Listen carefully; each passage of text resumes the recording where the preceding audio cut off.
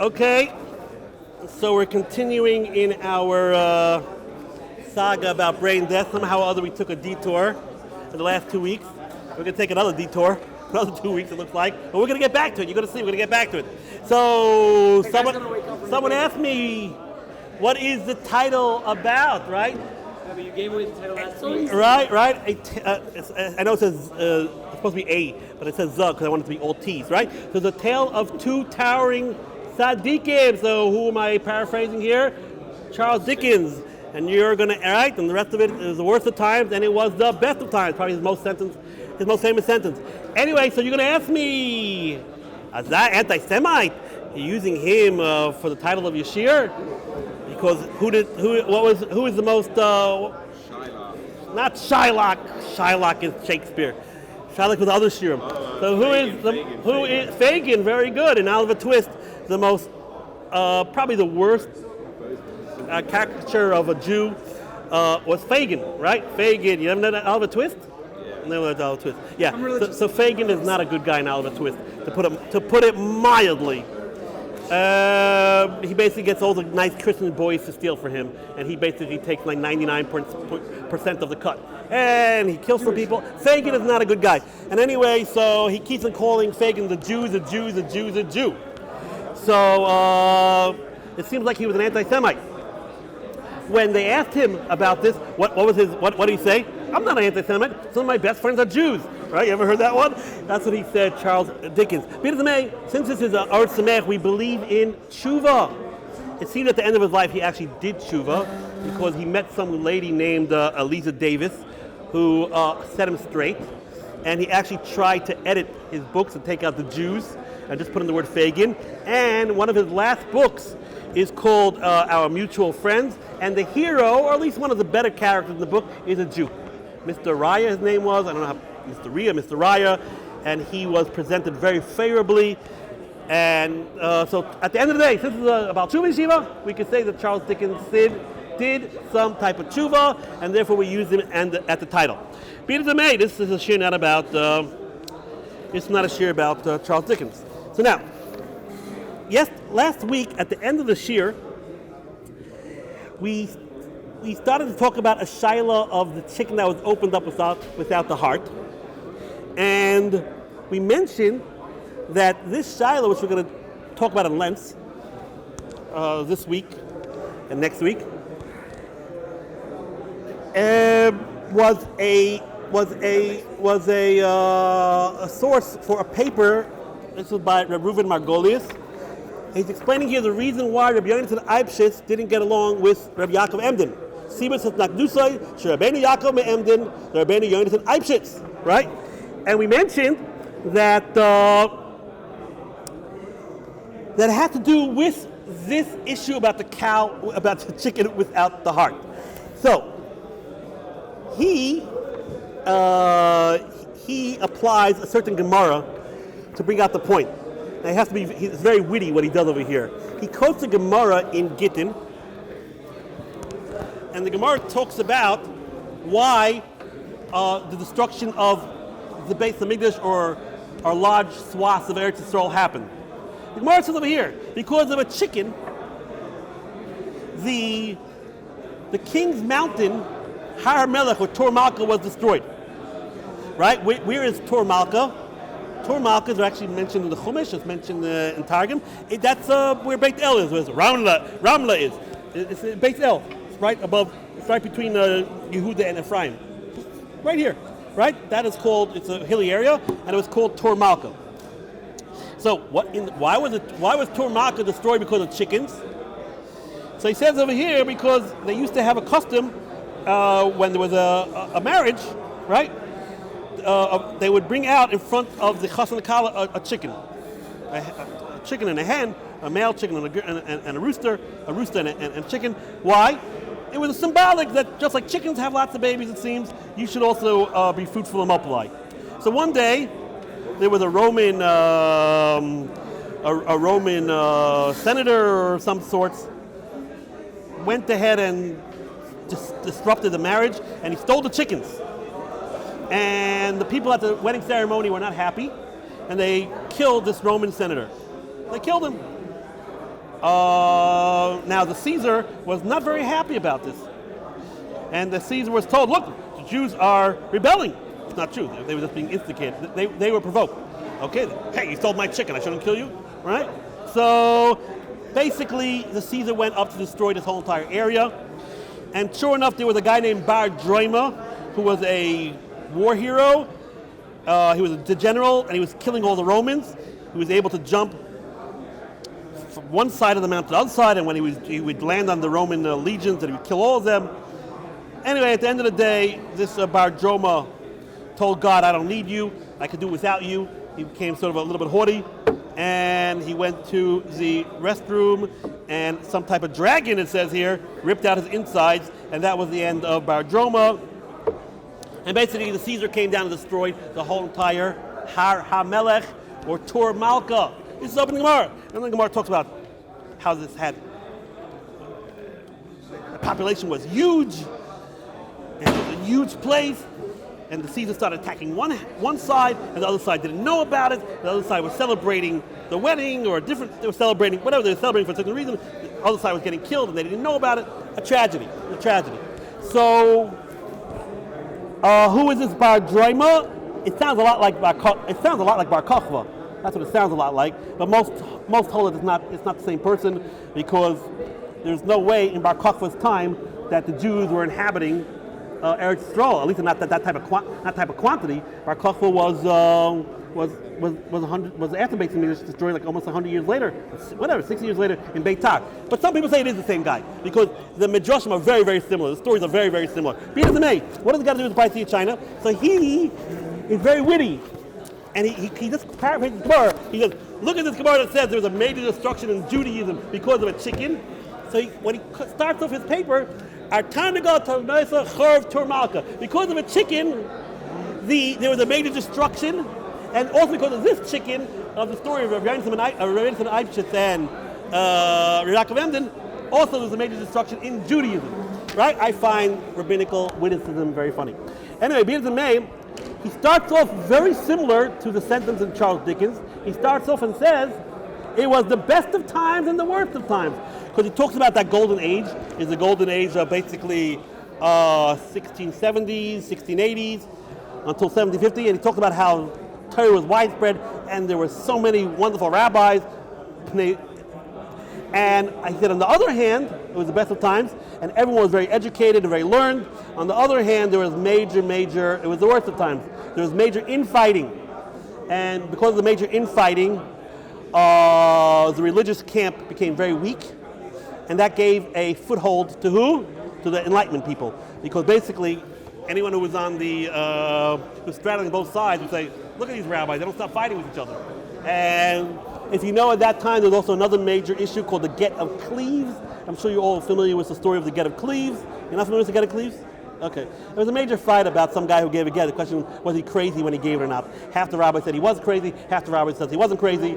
It didn't help that this guy was part of some rabbinical family, so everyone was fighting about this Get of Cleves. There was a lot of infighting going on at that time, and he claims in the paper, this is why it was the best of times and worst of times, but this is why the Enlightenment got a stronghold, because the rabbis weren't getting along themselves. So like, he was like, who needs this? So this is a problem that's been going on for a long time. So being in the May, so what is going on over here? So we're going to say that he says that because of the chicken, the issue of the heart with the chicken, that brought up the major fight between Yaakov and Rabbi Eibschitz. We'll talk about that in a minute. And that was the reason why the Enlightenment had such a strong, became so powerful. And we're going to say that the chicken without the heart was also the source of the problem of brain death. The chicken without the heart is also the source, or the heart, no pun intended, of the controversy about brain death. So you imagine that, this little chicken without a heart. Can you imagine that? This lady, young girl opening up a chicken, didn't find the heart. Did she realize at that point, according to all this, what the seismic effects that's going to have on Judaism? No. So you can't belittle anything. So now, who is Rabbi Margolius? Someone asked me, Rabbi Margolius, who is he? So Rabbi Margolius he was born in 1889. He died 1971. And the first part of his life he was in Europe. and he was a super duper genius. He has 55 books on any subject you want, on history, on halacha, on lumdis, he has biographies on all different gedolim, and Kabbalah was his real specialty. Many, many books on Kabbalah. And at 11 years old, he wrote his first book. 11 years old is when he wrote his first book, Chosh Mishpat. And anyone who learns Sanhedrin, we learn his Sanhedrin. All the yeshivas learn his Margolis Yam. Everyone learns his books. If you want to know all about angels, he has a book about angels. So if you ever want to know how to get along with an angel, you open up one of his books, and he has the books about how to deal with angels. He is a polymath. He knew everything. Also different languages. The man knew everything. Be it as it may, he was married twice, but he never had any kids, sadly enough.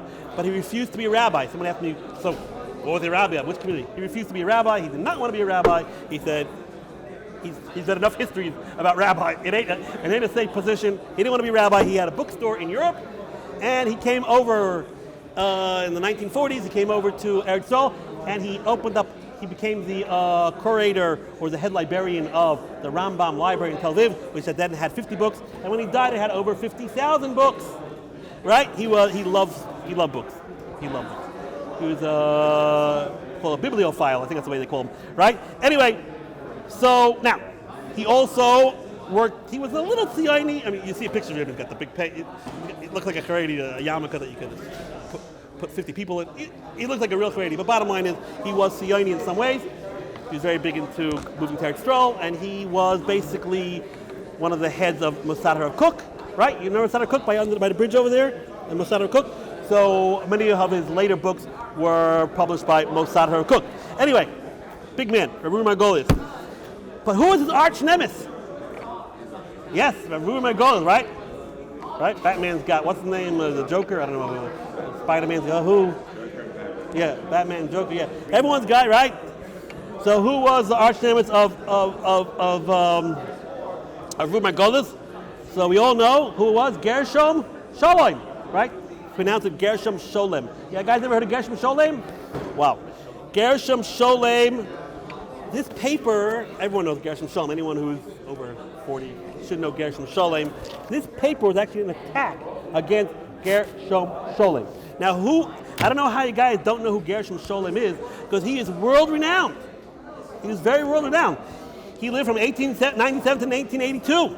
And we could say, was the person who knew the most about Kabbalah who ever lived. He was an expert in Kabbalah. We want to say he was a Kabbalist, but he was an expert in Kabbalah, knowing whatever there is to know about Kabbalah, he knew about it. There was only one little problem. He was not religious. He was not frum. You're like wondering, why? Right? He was not frum, but he knew everything about Kabbalah, and that he used to travel around the world to lecture about Kabbalah. All over the world, he was extremely, extremely esteemed. He wrote a book, Major Trends of Jewish Mysticism. You want to pick that up at fine bookstores? Major Trends of Jewish Mysticism. And we can make a joke of it, but it's been translated into like 80 languages. You have a bookstore? It's like anyone who wants to know anything about Judaism has read this book. Now, you may find it a little funny, which I probably do too. Why would someone who's not religious want to spend his whole life studying Kabbalah? It may sound a little funny, but we have, and as Haredi we can snicker about this guy. But he actually is not such a bad guy. I have a lot of respect for him. You have to know his background. Gershom Sholem, his father, he grew up in a family that was totally assimilated. They used to have a Christmas tree in his house. And his father was a German nationalist. He loved Germany, and he had another brother who was a communist, and no one was getting along in the house because they got the communists and Germans. And for some reason or other, Gershom Sholem, who was, again, he had nothing. He didn't know how to read Hebrew. Nothing. He knew nothing. For some reason or other, he decided he liked Judaism. And he told his father he wants to learn how to read Hebrew. Again, he's a kid, he's 40, 50 years old, right? And at the end of the day, he convinced his father, and he actually learned Gemara and Talmud, and he was equivalent. He was like, should I become religious or not?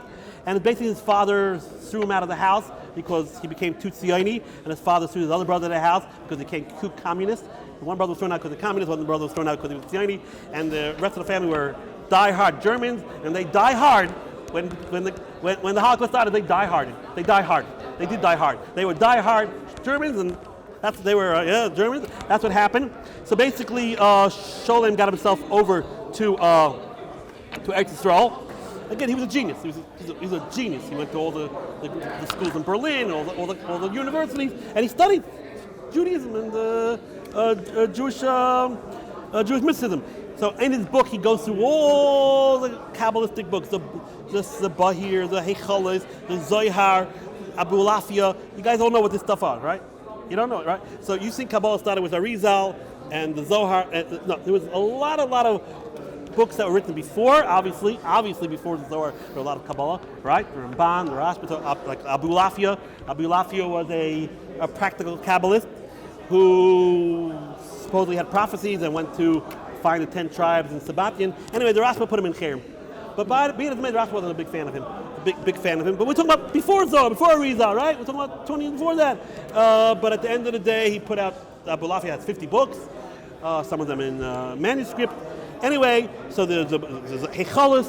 These are, right? The Heichalis, famous books on Kabbalah that talk about Heichalis. It talks about how the upper worlds look. Sefer Bahir. These are supposedly from Tanoim. Anyway, so he basically went through all these books. He decided who the author was, and he wrote gave us a lot of information about Kabbalah. But his big thing was Shabtai Tzvi. That was his expertise in the Shabtai Tzvi movement, which we're going to talk about in a minute, what that is exactly, and the connection between Hasidic movement and the Shabtai Tzvi movement. Okay? Be it as it may, so to show his credit, after World War II, he went back to Germany. And he was hired by the Israeli government to find as many Hebrew books as he can. Because right after the Second World War, where were all the books? Where were all the Sforim? So they sent Sholem back to Germany to get all these manuscripts, all the books. He brought back 500,000 books. He went, right, he's a genius, he's not a person, but he went all around Germany, to all the libraries, to bring back as many manuscripts, as many books as he could. He brought back 500,000 books. And while he was there, he went to all the DP camps, and he tried to convince many Jews to come. He tried to convince his brethren to come back to Eretz Yisrael. His wife said whenever he would come back from these trips, he would not be able to get out of bed for days because he was so depressed when he saw the destruction that happened to Europe Jewry. And he did tremendous works of establishing many Ksav Yad, many old books. He reprinted to make sure that they were in good shape. Basically, if you want, you can go to the university, and there's a Sholem library that has 35,000 books. 35,000 books in the Sholem library that basically he salvaged, and most of them are about Kabbalah. There are like 1 trillion books out there about Kabbalah that we don't even know about, that we didn't hear about. But they're all there. And again, these are all even pre-Arizal. There was a whole school, there's a lot of Kabbalah before Arizal, right? Arizal doesn't make this up, right? Okay? And it is true. He did, when he went through studying of Kabbalah, he did it more in a scientific way, but he picked up in the German colleges, the German university. But he clearly, if you read his stuff, he had a very big belief that the Kabbalah had a major role in Judaism. And us in the yeshiva say, no, Kabbalah is like an extra credit, something like, the main thing is halakha and Gemara. But he was a big proponent of, no, it's not that way. Kabbalah was a major force in all the creation of Judaism. So, like I said, it is a little bit funny that a guy who's not religious, spending his whole life learning Kabbalah, but in the Haredi world, he does get mixed reviews. Anyone who knows his background just can't dismiss him. Especially if you know, again, like he came from a total secular house and all of that. Be it as it may, like I said, his expertise was Shabtai Tzvi. Now, we have to know a little bit about Shabtai Tzvi before we go further. Because what is this business about? The Yeshivat is the Emden, right? We'll see that in a minute. The Yeshivat is Rabbi Yaakov Emden, because he's the son of Rabbi Chacham Tzvi, so Yaakov ben Tzvi, Yeshivat, right? And Rabbi Heipshitz and Shabtai Tzvi and Sholem and Margolin. What is this all about? So we got to have a little background to the background to understand what's going on here. So, who was Shabtai Tzvi? So he lived 1626 to 1676. He died a young man at 50 years old.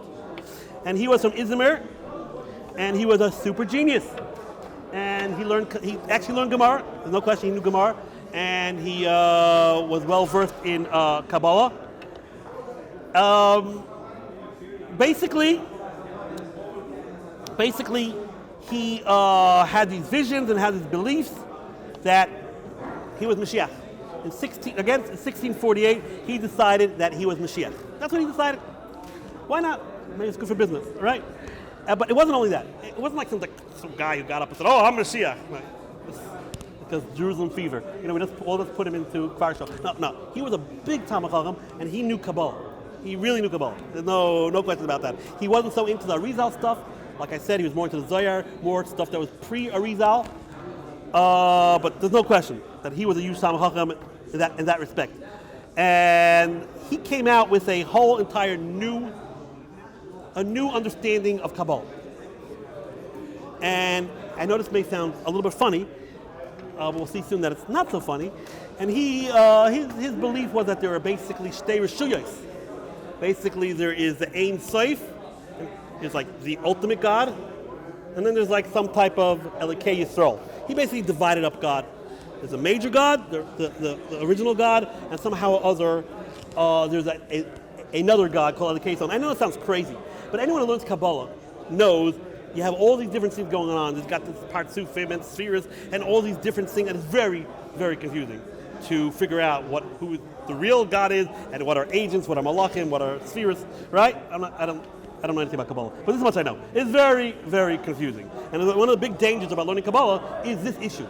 Not to mistake the real God for his representatives, right?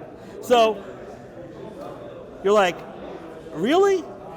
And then he had this whole big thing about doing Aveira Lishma. He was this big thing about doing Aveiras purposely, and that would sort of bring the Geula, that would bring Mashiach, because you do Aveiras, you sort of delve into, you get the Klippas, there's holy stuff everywhere, you do Aveiras, and by doing the Aveiras, you bring out the Klippas. Now, this may sound funny, but it's actually, this has been around for a long time. If we know the Gemara of Acher, we all know who Acher is, so there's a Gemara in Chagiga.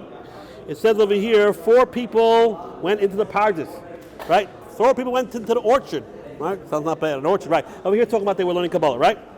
Ben Azai, Ben Zaymer, Acher, and Rabbi Kiva. And what happened? We all know that it wasn't, Rabbi Kiva walked out unscathed. For everyone else, it was a bad trip, right? Anyway, I don't mean anything by that. But Ben Azai died. He said he looked at what he wasn't supposed to look at. Ben Zayma became crazy.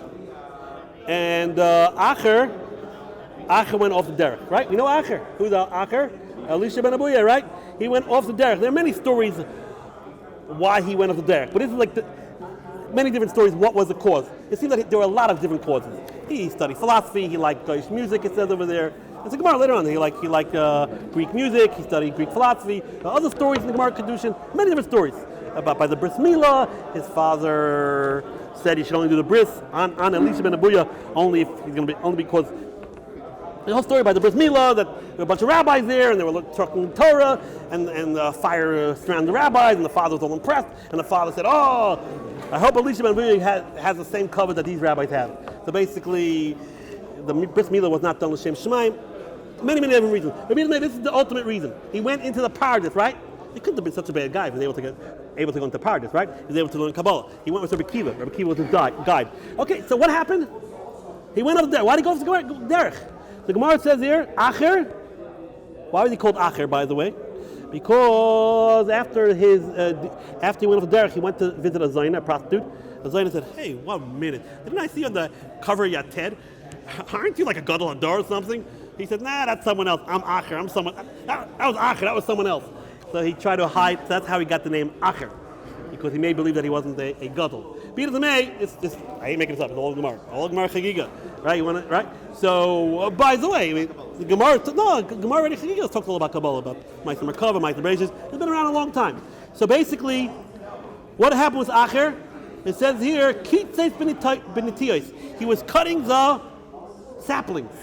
Wow, that sounds pretty drastic. So what are the keats has been a tear? It's a plain word. It says he went into the pardes, he went into the orchard, and if he did something wrong in the orchard, it means he illegally started cutting down the sapling, right? So there was no orchard and there was no sapling. It's just an allegory, right? So what did he do? What happened? He went in. He was in the orchard, and he saw who? Metatron. Metatron. That's who he saw, right? Sean will tell you all about Metatron, right? So Metatron, that he was sitting. Metatron was sitting up in the Shemayim. Who is Metatron? A archangel, or anyway, whoever Metatron is. He's brought down in all the religions. He's brought down. Some say he was Chanoch. Some, right? Remember the story of Chanoch, right? Some say he was many different things that he was. But being as it may, Metatron. He's actually brought down in Rashi and Chumash. Metatron is brought down in Rashi and Chumash, in Parashas Kisisa over there, when God says, "I don't want to deal with the Jews after you did the Egel. I'm going to send the next best guy." Who's that? Rashi says Metatron. That was the one who was leading the Jews, or supposedly supposed to lead the Jews.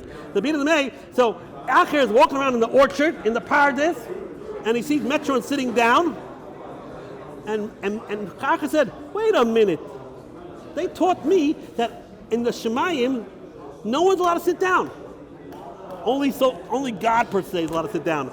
There's no yeshiva, no tacharut, there's no sitting, and there's no competition. Ipui, no one gets tired. Oh, there must be two gods," says Chas v'shalom shtei reshuyos hein. So Ach said there must be shtei reshuyos. There must be two dominions up here. There must be like two gods or two distinct powers. And the Gemara says here that God, and Acher went off the deck causes. Well, obviously, we can sit here for years and try to figure out exactly what's going on here. I'm just showing you this concept. When you learn Kabbalah, there's a good chance, if you don't know what the heck you're doing, you're going to come out that there are two Rishuyos and the two gods, and the little bit that I dabbled into it, definitely there's what to worry about. That's why, if you know, the Christians, many times prohibited learning Gemara. But they never prohibited learning Kabbalah. They were like, yeah, learn Kabbalah. Because Kabbalah, if you don't know what you're doing, you can think that the Trinity is correct. So the Christians were never against the Kabbalah. They were always against the Gemara. Right? That's the reason. Right? What's the keter? Chachma being a das, right? The three Godheads, right? Anyway, if you don't know what you're doing, you get in trouble. So basically, that's what we see over here. And then it says here, just to finish off the Gemara here, that Memetron, they took him out. God was very upset at Memetron. He said, why look what you did. And they gave him 60 fiery lashes from a laser saber or something like that. From like a life, yeah. I said that, I look it up. Mechu shisin pulse denoira. Okay, so that's it. Anyway, Acher, so what happened? The Acher ain't doing good here. He went up there. What did he start doing, Acher? He started doing many averas. Oh, sounds very familiar to who? Shabtai Tzvi. That he started believing the Shtur Rishuyas, then he started doing averas l'shma. No, it never says here that he ever did averas l'shma. That does not say that. But it does say Acher. It wasn't like Acher didn't believe it because he had a famous student, Rameir, and he kept saying, Rameir, yeah, you go learn Torah. Yeah, you go make sure that you don't Chal Shabbos. Many stories here. And Rameir said, what about you? He said, nah, it's all over for me. For me, it's all over. Right? I'm not going to go through the whole stories of Acher. Why am I showing you this? Because I wanted to show you that this concept of Shabtai Tzvi, this type of mistakes and this type of issues, this has been around for a long time. And it's not like that. It's not like a Shabtai Tzvi that's like woke up. He has many books. Many books. And he has the Zoyars, and he's bringing riots from the Zoyars that his way of understanding is right, and that he was supposed to be Mashiach, and he has gematrias and riots from the Zoyars that exactly 1648 is supposed to happen. Right? This is like you're not fooling all the Jews if you don't know what you're talking about, right? Okay, so that's what it was. Very good. So again, he believed there was Shuyas, Ein Seif and Tiferes. Let's leave that. We had enough of that. Anyway, so what happened? What's the background? The background is Tach v'Tat, right? Many Jews thought the Mashiach was about to come, and instead what came was mayhem and death. Because who's Tach v'Tat? That was the famous Xeris of Kamenetsky, right? I never knew how to pronounce it right. I got it close. Kamenetsky, something like that, right? So what happened over here? So he was a Cossack that didn't like the Polish people, and therefore he had an uprising, and that was in 1648. which is basically when Shabtai was around, and 100,000 Jews got killed. Why did the Cossacks not like Jews? Because the Polish nobility always used the Jews as the go-between between the peasants. So they were like the property management guys, right? Everyone like was the property management. It's been around for a long time. So the Cossacks, obviously, property management, yeah, but basically, so they were the front for the Cossack, for the Polish nobility, so they got killed. So 100,000 people, it sounds like not too much, right? Well, 100,000 people, big deal. The Holocaust, 6 million people, right? But I guess in those days, it was a big deal, and everyone was depressed, right? Everyone was really depressed, and in walks in Shabtai Tzvi. Shabtai Tzvi was extremely charismatic. He had an excellent voice, and he walks in and says he's Mashiach, and he brings all these arayas, he brings all these proofs. And he walks around, he's all over the place. He starts out in Turkey, as he starts out, and what does he start doing? So this is not going to be in chronological order, but basically he starts using the Shem Mefarish. Whenever he spoke to God, he would use the Shem Mefarish, and he brought down a Joshua that Mashiach is supposed to use the Shem Mefarish. He had a major chasana with his Torah. He had a whole proclamation, a whole celebration. Shatsi, and the collar was the Torah, and everyone came to this chasana. Like I said, he was all into, based on the Medrash, which he's not coming from nowhere. I can't go through all the sources that says that Mashiach has allowed to do all Averis. So he was doing many Averis. And before he did each Avera, he would say, Baruch Atah Hashem Elokeinu Matir Asurim. Sound familiar to you? We say in the bracha, the Matir Asurim, right, is when we say in the morning that we wake up, our limbs can move. But he's playing words, Mata Isurim. And he do it. This is a bracha he used to make. Anyway, he chaylev, and I don't want to get involved in other things he did, but he did other things. Let's put it that way. Okay? He decided one day that this thing I actually like. He said he made Pesach, Sukkot, and Shavuos in the same week. He said, let's do everything in the same week. And that's so bad for that, Get it all over with. Pesach cleaning business. He did it all in 1 week. Anyway, you can imagine, originally, the rabbis did not like it, so he kept them being run out of town. But even though he's run out of town, every town he went to, he kept on picking up more Talmidim. He kept them. His following kept on growing. So like I said, he was very charismatic, and he came up very, very well, and he knew what he was talking about. It sounded like he knew what he was talking about. Now, he also used to walk around with a fish in a cradle. Don't ask me what that was about. That was what that was about. But okay, he was also an ascetic. Meaning, it's like a funny thing. He used to fast a lot. He used to do self-flagellation, which means he beat himself up, basically. But on the other hand, he did a lot of isurim. So he knew how to present himself. That he looked like a tzaddik and just doing some weird things.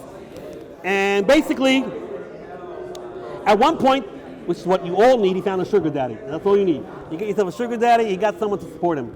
A guy, some guy from Egypt, Yeshivat Ohr Somayach, right? And then he had lots of money. Okay, now he was also he also was in Yerushalayim at a period of time, and they sent him to be a meshulach. He was actually a fundraiser, and he was very successful in helping the people in Yerushalayim. Now we have to have a little background here. Until 1665, he had his group, and he was professing what he believed, but it was on the low. It was low key. It was low key. Everyone knew him, but he didn't walk around, I'm Mashiach. He did all these crazy things, but he did it mainly in private in front of a group of his students. But then you have to know something about Shabtai. He was bipolar. Okay, he was bipolar. So he had, bipolar, right? So he had his good days was his mania, right? Manic, right? So that's one of his good days, but then he went into depression, right? So he had 6 months and he was going nuts, running around, doing everything he's doing over there, and then he had a couple weeks of depression. And he knew this. He knew that there was something wrong with him. So there was a man named Nathan of Azza. Now, Nathan of Azza was also, he wasn't an Azza at that point, he was in Yerushalayim, he also was a genius. Now, when I say genius, we're talking about major league genius over here. He was in if you know the famous rabbis, the Chagiz rabbis, Moshe Chagiz, Yaakov Chagiz, he was like the best guy in the yeshiva. The best guy in the yeshiva. Anyway, something went wrong with him also. He was probably schizophrenic, probably. And something went wrong with him also. And after he got married, he decided that he's a Navi, he's a prophet, and he's a big makubal. Now, again, I know it sounds like we're talking about some type of cartoon characters. I know that's what it sounds like. But it's not this way at all. He has many, many books. He was a smart guy. And a lot of his books had nothing to do with Shabtai Tzvi, nothing to do with Kabbalah. He has books that have nothing to do with Kabbalah and Shabtai Tzvi.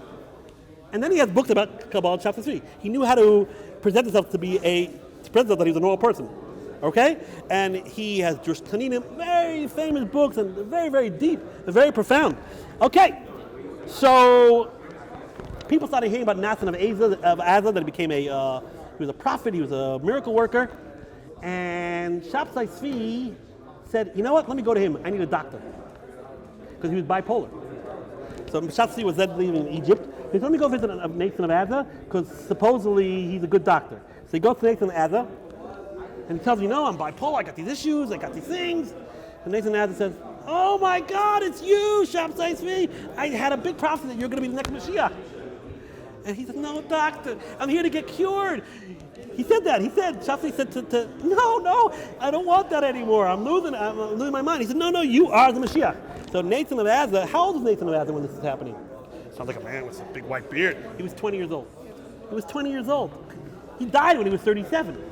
He was 20 years old when this is happening. And he was well known, world renowned, at least the Jews knew him, that he was a miracle worker. So Nathan of Azza, convinces Shabtai Tzvi that he is Mashiach. And he produced some manuscript that shows exactly, some old manuscript, supposedly that shows that he's Mashiach, and he brings him all the proofs. And Shabtai Tzvi said, you know what, maybe it's not such a bad thing after all. And he was back on board with the program, right? But now he had this great PR guy. Now he had Nathan of Azza, a great PR guy.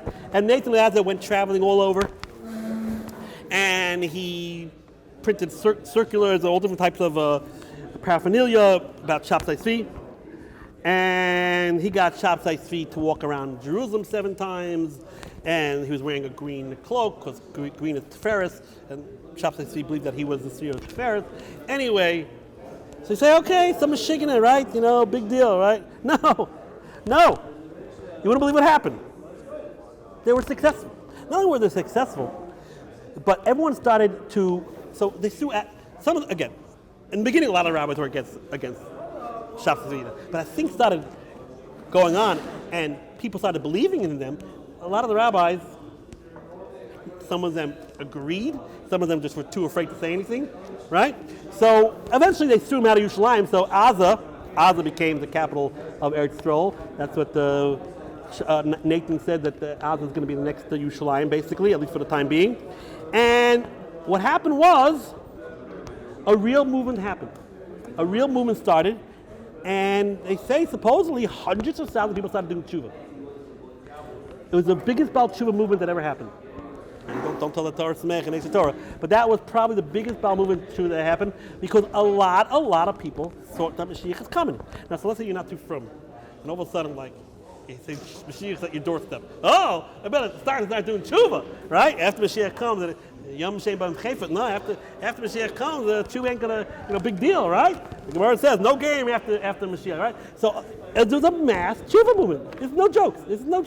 A mass tshuva movement came about because Nathan of Azza was extremely successful in his PR, and the rumors started flying that there was a whole fleet of ships seen in the ocean with the ship having Hebrew all over it. It was 10 tribes from Sabbathyan, and they were all coming to greet Mashiach, right?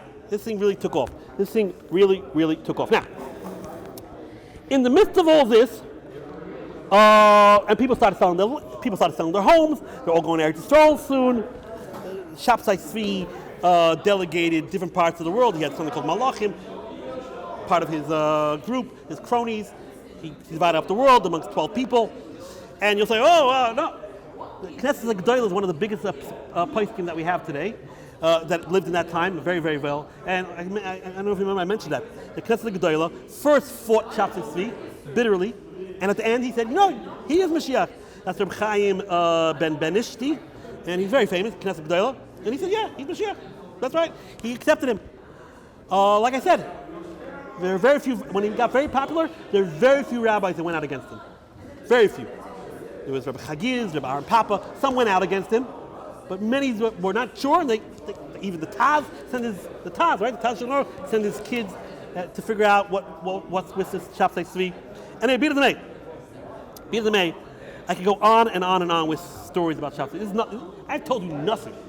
I could go on and on and on. For example, so Shabtai is married twice before this, and he divorced. Supposedly there was some trauma that happened to Shabtai when he was a child, some type of sexual trauma, and that was the reason why he was deranged. This is well documented. Beat the May. At one point, there was a lady named Sarah. Sarah was a beautiful, beautiful woman. She was actually Jewish, but grew up Catholic because she was an orphan. And she started saying that she was told in a vision that she's supposed to marry Mashiach. Okay? Sure enough, Shabtai Tzvi heard about this and said, yeah, let's get it together. And sure enough, Sarah went ahead and married Shabtai Tzvi. Now, there's one little issue with Sarah. She was a well-known prostitute. She was a well-known prostitute before and after the marriage. She kept up, bring parnasa. Yeah, so she kept up the business, and Shabtai Tzvi said, of course, that's what's supposed to be.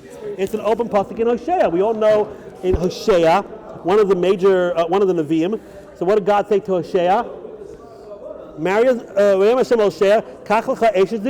marry a prostitute. Right? That's an open, and the Gemara says, why did God say marry a prostitute? Because Hosea bad-mouthed the Jews, and Hosea said to God, get rid of the Jews, take another wife, and they're a bunch of prostitutes, they're basically not unfaithful, so God got upset at Hosea and said, I want you to marry a prostitute, have kids with her, and see how easy it is for you to send her away, to get rid of her. So there you go. God said marry prostitutes. It's right there in the Holy Scripture. You can't get it wrong, right? So therefore, and this Sarah was really crafty. She was beautiful, really crafty, and she was able to use everything about her to get a lot of favors from the government to leave Shabtai Tzvi alone. And he had a good partner, this Sarah. This Sarah was a good partner. And being again, I'm just telling you the minimum of the crazy stories. But it's all the craziness.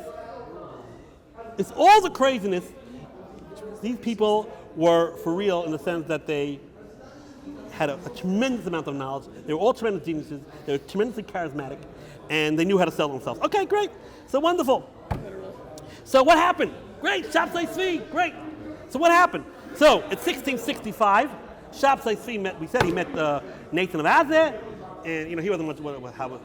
He was then, let's say, 40 years old. Nathan of Azeh was 20 years old, and they said, okay, now we are proclaiming that I am the Mashiach, full force, heading to the whole world, and we're going to the Sultan to take off his crown and put it on me. And that's what happened. Shabtai Tzvi got a whole entourage, thousands of people, and they were going to wherever he was, the Sultan at that time. This is from the Ottoman Empire, and we're going to take off the crown. And what happened was the governor, or the Vasir, that's what they called him then, the Vasir, not the Sultan himself, got wind of all this, and he knew what was going on. Put him in jail.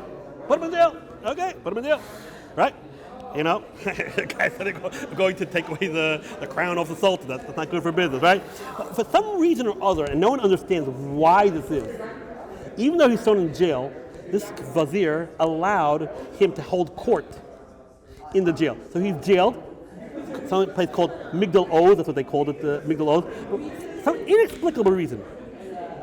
He wasn't like jailed in like a cramped little jail. He had a whole court there. And he had many, many people visiting him. And he kept on professing that he's the Mashiach. And he brought a carbon Pesach into jail, and they ate the chaylev, and that year they didn't do Tisha B'Av, and that year they didn't do any fasting, and that's what I mentioned to you. I gave a shir once about Tisha B'Av, and I mentioned that the Knesset Gedolah was very strict about Tisha B'Av. He was very strict about Tisha B'Av. Why? Because he also didn't fast one Tisha B'Av, because he believed in Shabtai Tzvi, and he felt very guilty about that. So subsequently, any child about Tisha B'Av, he would say it's often no matter what. To be a kapara for the fact that he didn't fast either because he believed in Shabtai Tzvi. So there are a lot of crazy things going on. Some say Sarah sort of sold herself to get all these things done. Business is business, right? And they let Shabtai Tzvi run it. The only Jew that was allowed, there was no Jew that was allowed to ride on horses. They let him ride on a horse. There's some crazy things going on over there. Anyway, so it it just gave support to this idea that he was Mashiach. And Shatzai Tzvi believed he was Mashiach. There's no question about it. I don't know about this Nathan guy, but Shatzai definitely believed that he was Mashiach. So, go ahead. Okay, at 50? So basically, at the end, we got to get to the story here. Basically, at the end of the day, the Sultan had enough of all this. I don't know why he let this go on that long.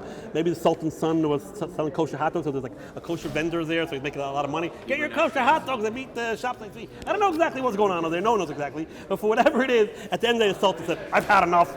He called Shop Tzvi over. It's not even the Sultan. This is already the governor. You want trial by ordeal, or you become a Muslim? What's trial by ordeal mean?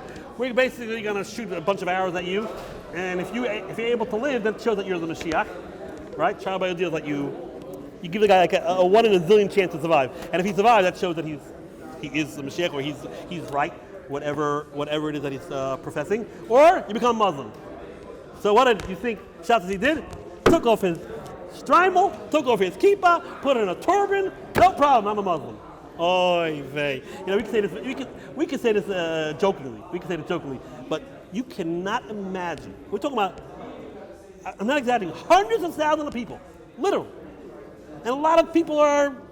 Even if they weren't open supporters, they were like rooting for him, and the closet guys rooting for him, right? And he became a Muslim, just like that. In that year, the same year, 1665, he met Nathan of Azza. 1666, already it's all over us, right? So this is really depressing. I mean, the Jews were really, really, really depressing, right? They're really depressing. So you figured, okay, that's it.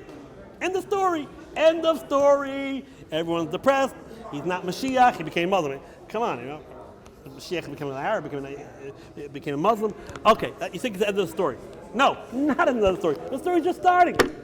The story is just starting.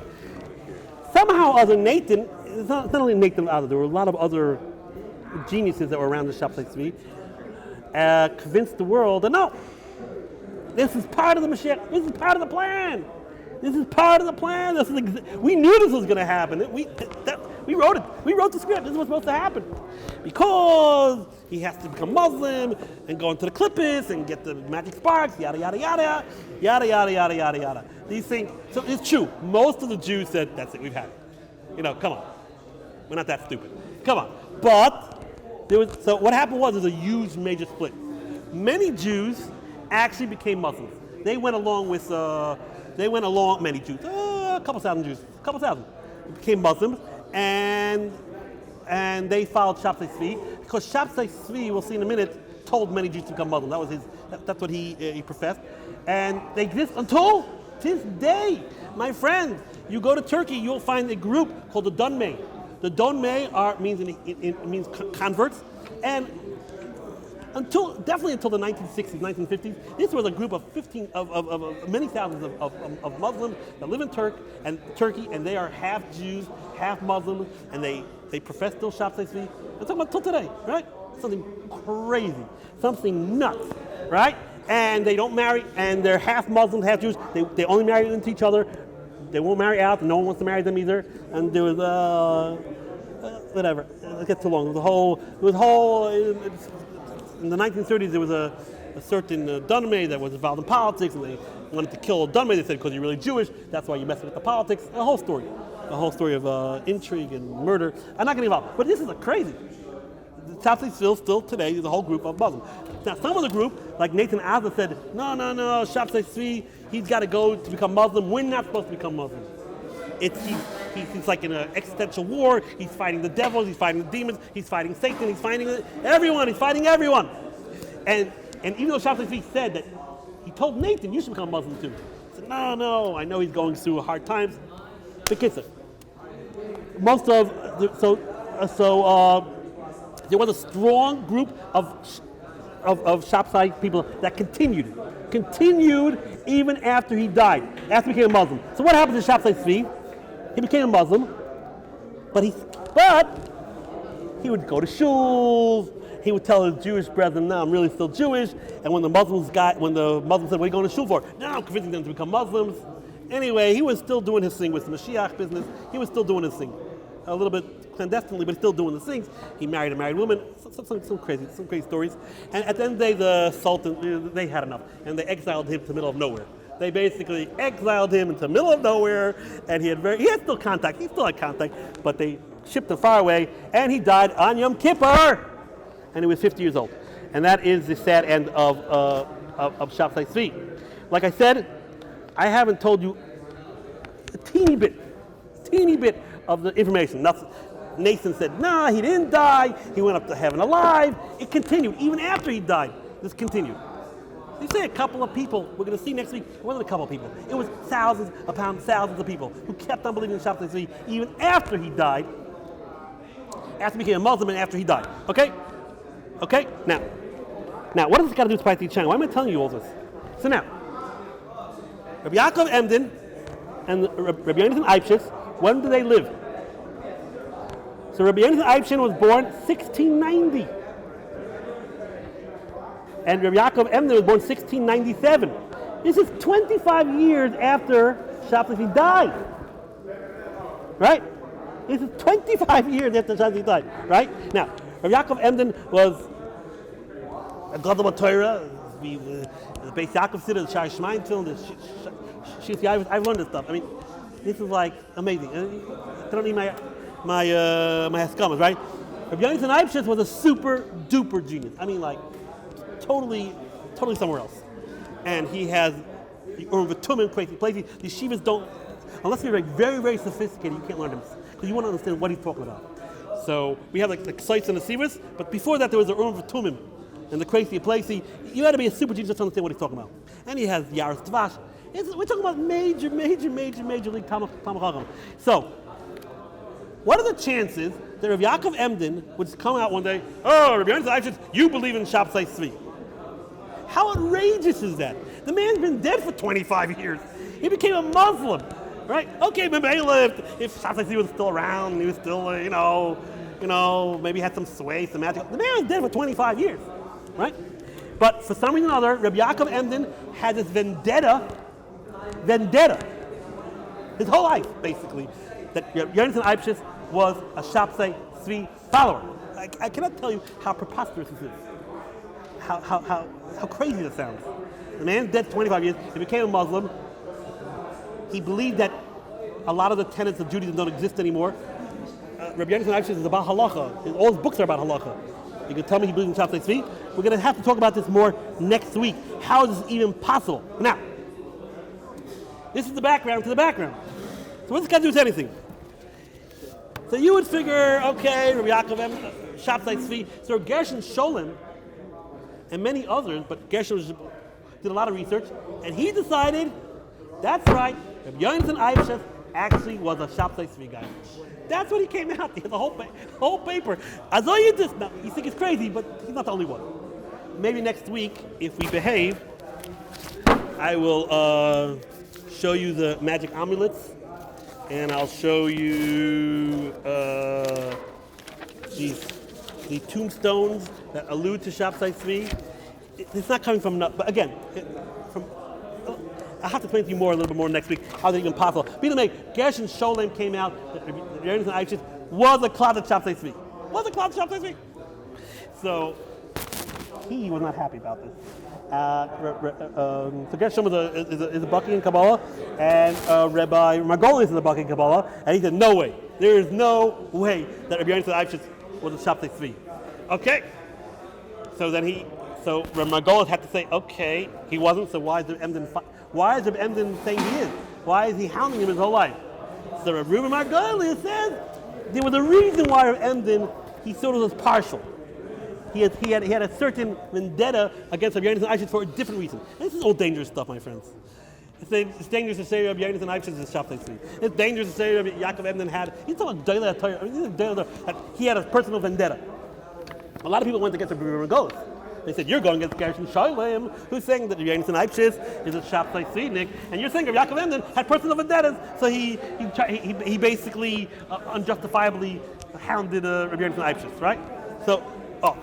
So this is how, why am I doing all this? I'm not sure. Oh, because we're talking about brain death, obviously. So this is how this all Oh, that right. That's where the chicken in the heart all comes in to this whole entire.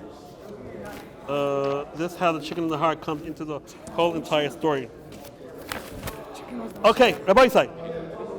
Rabbi Isai, we didn't do half of what I do today. I just needed you to understand all the background here. I think it's very important to know what's going on over here, and you should know a little bit of Jewish history. What? How are we going? What? Okay, Rabbi Isai, 1 minute. One more minute. We're going to tell you about this week's parsha from Yeshivat Ohr Somayach. Now, Yeshivat Ohr Somayach, this week's parsha, if you said something to me, it's dangerous to say any of this stuff. I'm very uneasy about any of this stuff. But be as it may, what was the, when Rabbi Yeshivat Ohr Somayach was, supposedly the legend is that he was being fahered by his future father-in-law, and his future father-in-law said, okay, what do you want me to faher you on? Rabbi Yeshivat Ohr Somayach said, faher me on whatever you want. So the shver said, yeah, I'm going to faher you on a siddur. Rabbi Yeshivat Ohr Somayach said, okay, open up to any place in the siddur, and I'll tell you a pilpul. He was very big into pilpul. That's what right? So the shver opened up, and he came up to Rabbi Shmuel Omer. Rabbi Shloisha asked him to address him, and on the spot, Rabbi Yeshivat Ohr Somayach said, let me tell you something about this. He says, Rabbi Shmuel Omer, Rabbi Shloisha asked him. Now, usually, when if you know the way the structure of the Mishnah is, when it says Omer after a person's name, that means he was attacked and he's answering attack. I mean, the first guy says Amar Rava. He initially says something Abai Omer. I'm not sure if it's in the Gemara, but at least in the Mishnah it's definitely that way. Amar Rabbi Kiva, Shimon Omer. So, Rabbi Yeshivat Ohr Somayach, why in the world does it say Rabbi Shmuel Omer? No one's arguing on Rabbi Shmuel. It should have said Amar Rabbi Shmuel. No one's arguing on these 13 social semitas. We don't find anywhere that anyone argues that these mitas are true. Okay, that was his question. So he says the answer is very simple. He says the Gemara says you're not allowed to call the Rosh, you're not allowed to call a person al Shem Rosh. You're not allowed to call a person al Shem Rosh. That's the Gemara. The question is, so how in the world was Yishmael called Yishmael? How is the Tana Rabbi Yishmael called Yishmael? How is the Tana Yishmael called Yishmael? Well, the Rasha, right? We know Yishmael, right? Sarah certainly didn't like him. And Yishmael, I don't got to tell you what's going on in Hamas, and we don't like this. We're not into that. We're not into the. So Yishmael is the Rasha. So how was Rabbi Yishmael called? How is Rabbi Yishmael called Yishmael? The answer is based on this week's parsha. Because what does it say in this week's parsha? It says when Avraham Avinu dies, it says Yitzchak and Yishmael buried him. And Rashi says, oh wait, Yishmael is older than Yitzchak. Yishmael is 14 years older than Yitzchak, right? So it should say Yishmael and Yitzchak buried him. Why does it say Yitzchak and Yishmael buried him? Rashi says Yishmael did tshuva. Yishmael was about tshuva, and he let Yitzchak run the show, the burial procession, because Yishmael realized that Yitzchak is the main son, and so it comes out like this. Yishmael is not a Rosh, he did tshuva. Now, the problem is like this. We all know, based on the Gemara Pesachim, it's something called a muktim and mucha b'Torah. There is no, right here it is. I forgot why I brought it. A muktim and mucha b'Torah. There's no sequence in the Torah, right? Gemara talks about the Parshas Nasai, which really happened before Parshas Bamidbar. That's what Gemara talking about here. Gemara says, wait 1 minute. There's no order in the Torah? So how do we have this rule of klal or prat to klal? We all know that there's a rule based on the configuration. If you have a klal, which is a generality, prat, a specificity, and you have another klal. All the time is drashas. Klal of prat, prat of klal, klal of prat of klal. How do I know this? Because I say it every morning. Where does it say this? In Rabbi Shmuel Omer. If you get up in the morning and you say the kabbanas, at the end it says Rabbi Shmuel Omer. Part of the Shmuel Omer is klal of prat, prat of klal, and depending on the way it's worded in the Torah, that's the drasha that you make, including a lot of things, excluding a lot of things. So wait one cut to pick in a second, says the Gemara. If you tell me that there is no order in the Torah, so how in the world could you say klal or prat to klal, klal or prat? There's no order. It's all based on whether the particular comes before the general. But if you tell me there's no order in the Torah, so you don't know what came first or last. Oh, the Gemara asks this question. I'm not making this up. The Gemara says, no. Don't be ridiculous. The Gemara said, there's no order from one major story to another major story. There's no order from, Yisroi, maybe it became before Har Sinai, maybe it became after Har Sinai. There's a difference, the coming of Yisro, right? But in the same parsha, in the same couple of psukim, there's definitely order. That's what Gemara said. So in Yonah Echad, there is an order. In Shtei and Yonim, there is no order. So one story could be in the Torah could be first, but it could be actually happen later on. But in the same, I don't know. I think this is quite obvious. I don't even know why Gemara has to talk about that. I know why. But it's obviously that there. It's obviously there must be order. This is Bereshit bara Elokim Shemayim v'Arz. Wasn't that way? It says maybe read it the other way. Maybe the light created God. God didn't create light. I mean, what does it mean? Obviously, the order of the pasuk, obviously, right? Right? Obviously. But okay, come to me afterwards. I'll explain to you Gemara a little bit better. Read the make. Let's get to the punchline because we have to get to the punchline before I get punched by you guys. We got to get to the punchline. What is the bottom line? So here we go. The question was, says Rabbi, why does it say Rabbi Shmuel Omer? It should have said Amar Rabbi Shmuel. The answer is because he wants to allude to the fact that he's correct in his exegeses that he's using in the hermeneuticals. The hermeneutical. Because what's the hermeneutical? Klal or prat to klal, klal prat klal. That's what it says there. Wait a minute.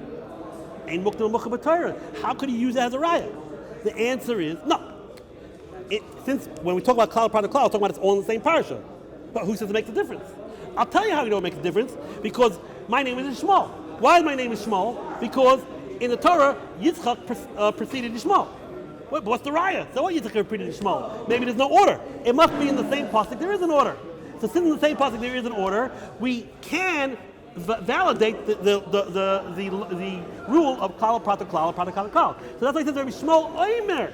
My name says it. What was the question? Did you say Rabbi Shmuel? No, he changed the language to say my name is a proof to the fact that these Shlosh Asaminas are correct. Rabbi Shmuel Omer, my name. You got the flow thought? Shmuel, he shouldn't be called the Shmuel because it's a Rosh. How do they call the Shmuel? It must have been Shmuel that must have been a tzaddik. How do you know he did a tzaddik? Oh, because he did tshuva. How do you know he did tshuva? Because it says Yishmael after Yitzchak. Yeah, but who said that means anything? Maybe the Eimuk Demukul Torah. No, it must be in the same parsha. You don't say Eimuk Demukul Torah. Oh, therefore we could say Klal Prat to Klal, and we could have all these rules based on the placement of the Prat before the Klal, the Prat before the Klal. Right? My friends, this is just one. I'm just giving you an example of Rabbi tonight. He's got thousands of stuff like this. Even I have another one, but it'll take way too long. Much more complicated. All this crazy train of thoughts of putting this all together. On my side, we have overstayed our stay here. So, B'li Neder, we will get back to the brain death, but next week we will maybe continue a little bit in amulets and epitaphs. Epitaphs means things that you write on graves. And we make, if you want. Or we can just go back to the boring halakha. Whatever you guys want. Okay, everybody, so we'll stop over here.